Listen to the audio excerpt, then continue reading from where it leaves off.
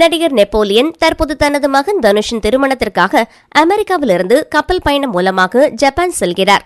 ஜப்பானில் திருமணம் முடிந்த பிறகு இந்தியாவுக்கு தனது மகனுடன் திரும்புவார். உடல்நலக் கோளாறு காரணமாக தனது மகனை பிளைட்டில் அழைத்து செல்ல முடியாததால் கப்பலில் பயணம் செய்கிறார்கள். தனுஷுக்கு அண்மையில் நிச்சயதார்த்தம் நடைபெற்ற போதே பல விமர்சனங்கள் எழுந்தது.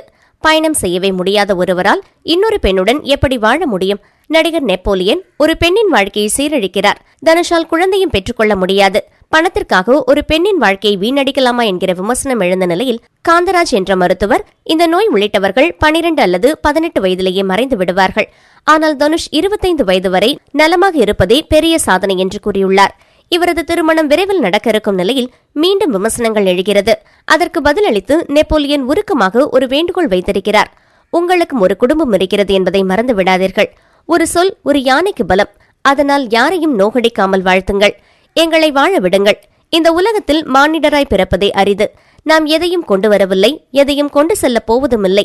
நமது வாழ்க்கையில் ஆயிரம் மாற்றங்கள் நிகழும். மனம் போல் வாழ வேண்டும். மற்றவர்களையும் அவர்கள் மனம் போல் வாழவிட வேண்டும்.